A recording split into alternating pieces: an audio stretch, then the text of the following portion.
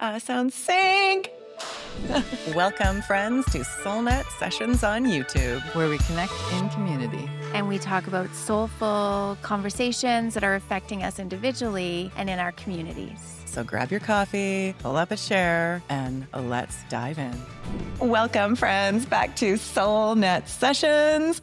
We are in the studio at Henry's for our second live episode. It is just Megan and I today. So good to see you, Meg. It's been a couple of months since we've been recording and so much going on. I know. It's so good to be back.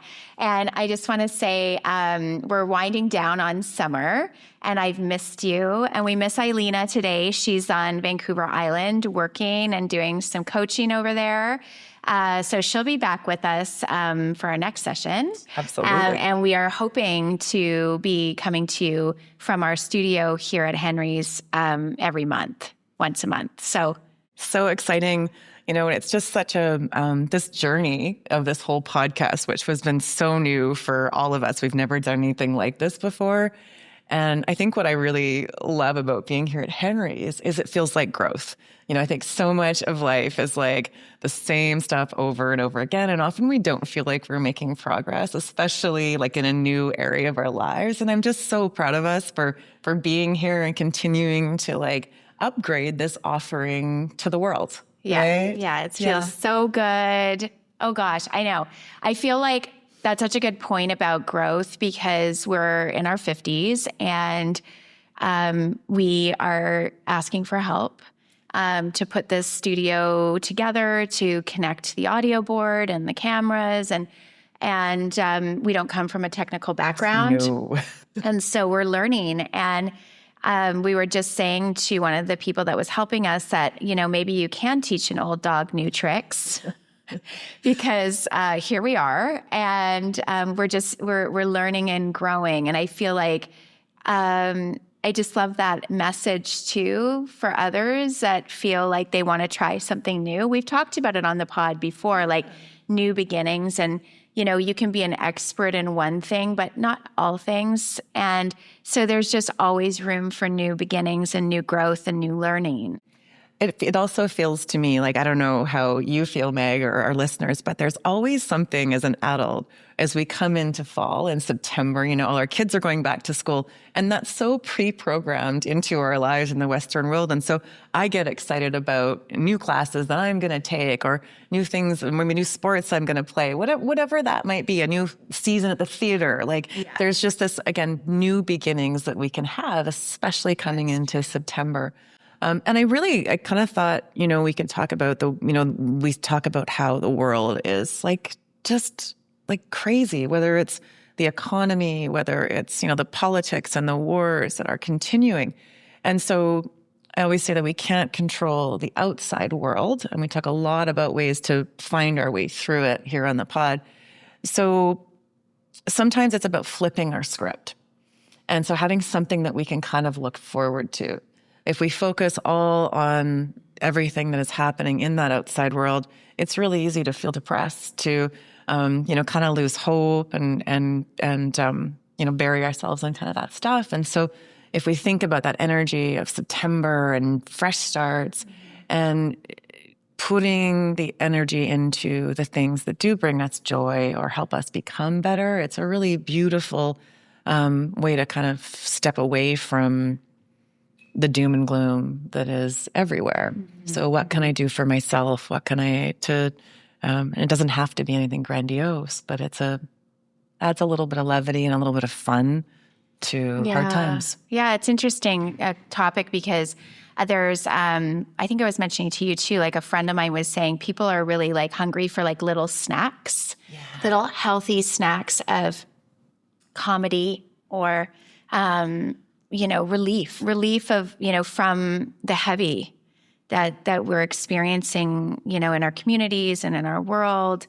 And I love that idea. And so, you know, you're right. With the autumn equinox coming up next month, I think we might be recording on autumn equinox. So we probably would do some chatting about what that looks like and what kind of offerings and things we can, you know, start thinking about. But But just the idea of like the ending of summer and the beginning of a new season, and thinking about healthy snacks.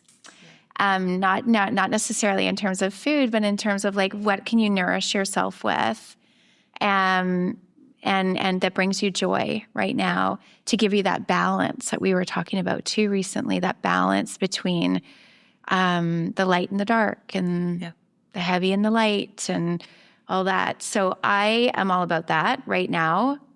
This is one way that I get a healthy snack, is by being right in studio, in session, learning and growing alongside good friends. So that feels really good. And what else? What else are we going to do for little snacks of joy, little joy snacks?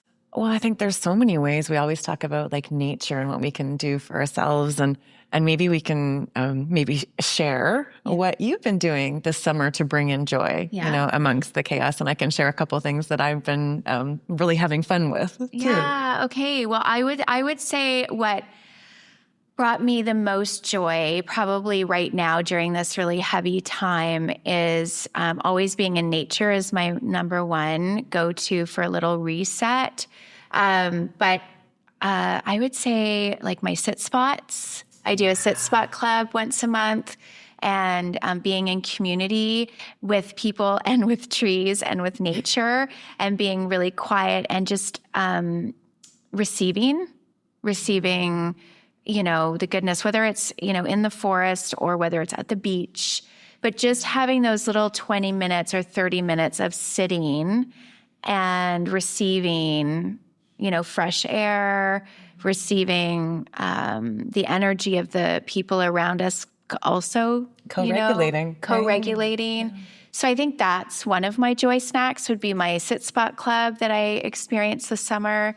And also we spent some time at the lake, and I really, I was just telling somebody the other day that I was swimming with my husband, and again, like quiet, he's a really quiet guy, and we took time to just like in the rain. So both in the sun, but it was also like, I think it was the swim that we did in the rain, that, there was no talking. It was just like a swim. And it was like a little bit like there wasn't much wind, but there was waves, and it was just like feeling a little bit kind of lake stormy. And we decided to swim anyway. And that was probably one of my joy snacks too. And I thought, that sounds beautiful, Meg. Yeah, like sometimes when you do something that, you otherwise may not. Absolutely. You pump the brakes. You say, oh, it's going to rain outside, or the traffic might be bad, or like something that holds you back from that joy, right? Yeah. Yeah, we make those limiting beliefs or excuses. Yeah, exactly. The excuses not to do it. Like, why don't we do it?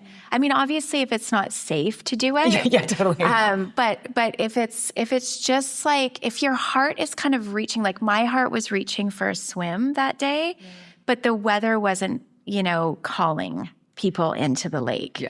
So, you kind of go down, you're like, oh, it doesn't feel like a lake swim kind of day.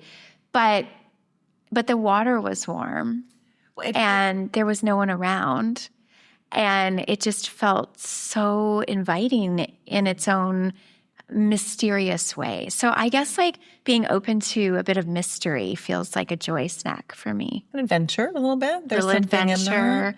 I love that point. We happen to live in a tropical like rainforest. And so we get a lot of rain here in Vancouver. Yeah. And if you don't get used to going out in the rain, you will never leave your house for like 6 months of the year. Yeah, so I love that. Point. When the weather was good, it was warm to do it. It's kind of like being in a tropical area, and you go in the warm lake and you're having a great time when you're there. Right? Yeah, that's such a good point. Yeah, because I think I experienced that with Sit Spot Club too. Like, people that want to join in once a month, but then there's rain. Yeah. And it's so interesting because we do live in a rainforest here in Vancouver in the Pacific Northwest. And one thing I totally understand is like, maybe we don't feel equipped to sit out in nature in the rain. Yeah. And that's totally fair. But it's also a thing to consider because there's something about the rain falling and the sounds and the feeling on your skin that is so magical. And so it's just maybe thinking about whether that feels like adventurous and fun and trying it and buying a raincoat or just trying it. And sometimes we get caught out. I have so many stories of my own, either out for my adventures or even with clients where, I mean, the weather gets volatile, especially in the spring and the fall, right? You got all this kind of vata wind energy out there. And so you go out for a walk and it's sunny, and then 20 minutes later, you are in the middle of a downpour and sometimes you just get wet. And what are you going to do? Like, you're like, okay, well, I'm here, I'm wet. I guess I just try and enjoy it and have fun with it versus duck and covering, right? It's, exactly.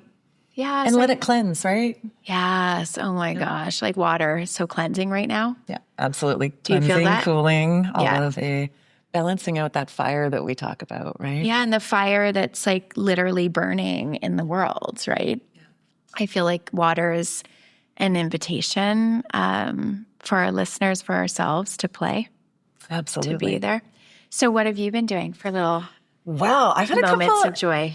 I'd say this summer actually feels like I have, compared to, say, the last 5 years, I feel like I'm living my life again more. And I don't know if those were pieces of, the COVID stuff and how that changed things for me socially. I don't know if like perimenopause played a part of that, of just kind of cocooning back into my world a little bit. And obviously, I work and I'm social in those things, but I noticed that I was really, I've been really on an inward journey these last, I'd say 5 years, and enjoying aspects of that, but also noticing maybe things that I had used to do that I really missed. And so one of them was travel. I have not, I used to travel at least a couple of times a year. Definitely, I know it's a privilege, but I'm grateful to get to explore other cultures and what that offers as a break to me. So this year I've gotten back on travel with summer, and I have one story I wanted to share because you know this, Meg. So I did a Canadian adventure, and I started in Quebec City. And our last episode, if anyone that's watched it, we talked about the divine feminine and divine masculine. And I went to, upon Megan's recommendation, I went to see a show called Le Drag. And it's a famous drag show in Quebec City. You did. I did. Oh, it's so fun. Wait, did you really? We did. Oh my gosh, that's amazing. So we booked in for the boozy brunch because I was cautioned that the nighttime might get a little too wild for a straight girl. So so we did the boozy brunch. And again, coming back to this masculine and feminine, it was Lady Boom Boom that led the way. And there was a couple other entertainers that came along with it. And I have never come away feeling so inspired and grateful to be a woman. These men reminded me of how it is to be a sensual, feminine being. And it was so amazing. Like both my friend and I. Because they're in drag. They're in drag. And so they are feeling and dressing and loving on their divinely feminine self, right? Yes. And performing. Yeah. It's performative, they do such a good job of you're right, of just being in the feminine. And oh my God, did you come away just feeling yeah? Well, guys know I don't wear wigs very often anymore with my alopecia journey. And I came out of there going I want to bring all the wigs out of the closet, and I want to be this girl and that girl and everything in between, right? It was just it just felt really inspiring. Of course, I haven't done much of the wigging because I embraced myself as I am. Yes. But it really did just access that divine feminine in me. It just kind of made it all just shine a little bit. I think I left there, I had a little really more swagger in my step, and that little swing into the hips. And it was really, really, really sweet. And so I wanted to share that because it was obviously it was your suggestion because you'd been before. Yeah. And I thought it was a really fun follow-up to that masculine and so feminine episode that we did, right? These things can help us remember what it is. I think maybe the equivalent to that would be a man going to I don't know, going to the ice rink or the hockey rink. I don't know. Well, I feel like, I mean, when I went to see that show in Quebec City, I went with like, I think I was with actually a hockey group. I was there for my son's like pee-wee hockey tournament. And so there was a lot of men that I went to, and we did the nighttime one, and it was wild. And I just thought it was interesting because that actually I was referred to that show by a hockey coach that goes to Quebec like often for the tournaments, and said that this show is just like amazing. Anyways, a shout out to Le Drag in Quebec City. And Lady Boom Boom. Yeah, Lady Boom Boom. So it is really fun. If anyone's going to Quebec, it's like a must do on if you're looking for fun and adventure and laughs and just joy, pure joy. That's so fun. I'm so glad you did it. Yeah, it was fabulous. Oh, sounds so fun. Yeah, that's good. And then I'll say the second piece of joy that I haven't done for a number of years was actually starting to play beach volleyball again. And I used to play competitively. I did the Masters games back in, I think that was 2018. And then I took a little bit of a one season off, and then kind of COVID hit. And then, beach sports in general was, even though we were playing outside, it was always a bit weird because you need, 4 people for twos and different families all over the place unless you've got someone that's bringing the husband and the wife. So there was all that, restrictions around seeing things. And it just felt, I think, complicated. I was also in school at the time. So I just took a bit of a hiatus. And I've always said as a coach that, if we keep ourselves, in shape, we can go and do any sport that we've done before or want to do, and age should not be a limiting factor. So I bravely signed up with a new partner to play this year. Yeah. And so I've been playing volleyball again at a fairly competitive, level, especially at, 53. And that has been a whole process that I've been doing some writing on it. And I will, once I'm done this season, which is in a couple of weeks, I'll do some reflecting on that because it's brought up the joy piece that I used to have. I'm outside on the beaches in Vancouver, which are just amazing. It's good people. It's sport. And is it like all ages? Like how? Like where? Like you've got a partner? I have a partner. Because they're doubles. Doubles. And then, it's all ages. So we're playing against, 20-somethings and all the way up. My gosh. Oh my gosh. This is incredible. So it's fun. It's also been really hard. Like there's an adaptation that, as I say, like we can do anything physically if we train for it. But no matter what, there's going to be an adaptation to the unknowns of sport, right? So you're like... and so it was really hard physically. And I found that something I used to do just without even thinking about it kind of had some of these, is it worth it anymore? Is it something I'm going to continue to do? Like, what is it? Is it my mind goes to like muscle memory, and because you've been a volleyball player your whole life. So it's like muscle memory, like you're there, but like, are your muscles different? Because now you're in menopause, right? So I'd say that my muscles are still strong. I've still got, I've kept my lean tissue and I've been working, hard on that.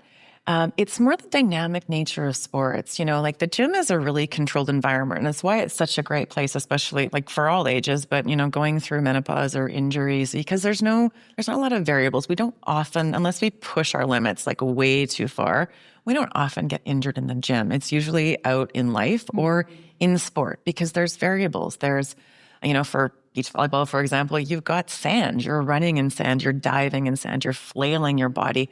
And it's so dynamic. The aspects of, if you watch any high-performing athletes, there is multi-directional changes.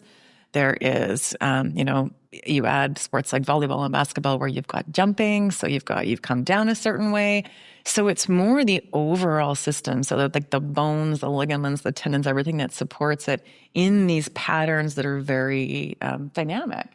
And it's almost like your agility, right? Like I think about like young athletes and even like, young pups, like when they're agility training and like you're so easy to recover and you're so easy to move, right? But the older we get, it's not as easy and it's we're more prone to probably strains and sprains and tears. Yes. Well, and I noticed, I mean, I, of course, do things in, as much as I coach others to go slow and steady, sometimes I go, heck yeah, I can play a tournament and play 10 matches in the morning. Why not? And that's a lot of volume for someone that hasn't played a sport in a while. So I had a lot of... That is a lot of volume. Yeah, like I've never done any of that volume, right? Like I can't even imagine right now doing anything. I mean, you're a coach and this is your world, but still, like you said, like in that dynamic environment with young people, probably in their 20s and 30s. And I am slower to warm up. Once I get going, my engines are pretty good. I'm kind of like the juggernaut. Like I'll keep going. Yeah. But I definitely I pay the price the next day, or I did, especially those first couple of weeks of getting back into it. I'm now far enough into it that I've my body is adapted, which is good. So I have a little bit of extra tightness, but not the same as I did those first kind of couple of weeks. Yeah. So I bring it up as is now a joy piece for me. Because I'm feeling like, I've worked those muscles again in a different way, and they're ready for the support. And we adapt. That's why, it's often getting over the hump. It's the same thing with a workout or like anything, morning pages, right? Getting over the hump of doing it every single day or whatever your frequency is. And so I'm kind of over that adaptation hump now in the volleyball. And so, but you did it, even though you went hard, you kind of had to do some adjustments. Oh yeah. I went for more massage. I needed some work on my fascial tissue. I needed some support. Unfortunately, I have some resources that I could allocate that. I did a lot of, I pulled a lot out of my own coaching toolbox of things that I really haven't had to do for a lot of years. So I used some of my my rehab tools and leaned into that stuff to just kind of help get myself ready. Or recovery more than anything else. Oh, you did it. You're doing it. And it's a joy piece for me now. I still am up in the air of where, what's going to happen moving forward. But it does feel like I returned, no matter what I do with it, I have returned to something that was calling me. I had some unfinished business with volleyball because I didn't really break up with it appropriately. It just kind of fell out of my life a little bit, and I didn't realize it was going to because of what happened kind of in the world and my own life for those few years. So it really feels like I kind of, like we talk about closing loops when we're doing growth work. Yeah. This actually felt like I've closed a loop. And so I'm still up in the air of whether I will play again or I will just wrap up my season and hang up my volleyball or my sunnies or whatever that looks like. But it does feel like it brought me some joy, and I feel like no matter what, I've reconciled within myself that I can do that if I want to. I don't know, because at this point in my life, I also notice that I'm equally as fulfilled by going through a walk in the woods. Yeah. There's it's not the same. I am not the same as I was. Right. And I will always resonate with the athlete archetype, but no longer in the same way that I did in my younger years, because I'm different. Oh my gosh, Dee. Huh. I love that. Oh, right? I love that. That's amazing. Yeah. Because I think that, what we're learning is that, that we do, adapt and change, and there are new versions of ourselves. We've talked about it on the pod before. So that's a really beautiful, full circle moment, right? Yeah. Of really almost honoring your younger self. Yeah. That's what it sounds like to me. Like you honored her this summer. Yeah. And there was some pain. Oh yeah, there's joy and pain. And joy. I mean, they're Always. Intertwined, right? Always. But to recognize and just say it's okay. I can return it to volleyball, beach volleyball if I want. And, but maybe I want to do something else, or maybe I want to, try something new, I just think that, it's the honoring that I love about that. And just you putting the words to it, it's okay if I don't want to return to it. It was joyful. It was painful. But it was a full circle moment. Yeah. And so congrats. Thanks, Meg. Yeah. That's really beautiful. And I think that, recognizing that archetype in you and And you always have the athlete archetype in you, and it's part of your work. Yeah. For yourself, but also for others, right? What you provide. And so I think that it's alive and well in you, and it's just that, how you honor it and what you do each day and each year and each season might look different. Yeah. But congrats on that piece, because if there is something in you that doesn't feel like you feel like you want to reckon with it, you want to honor it. I mean, I'm doing that right now, working on my memoir. Amazing. Right? So it's a practice, it's a writing practice, but more than that, it's also the telling of a story. And when I was asked why I was writing a memoir about a specific time in my life, I realized that it was to honor that young girl that went through a lot during my teenage years. So I think yours, it's so interesting how for you, it was volleyball was such an important part of your life, right?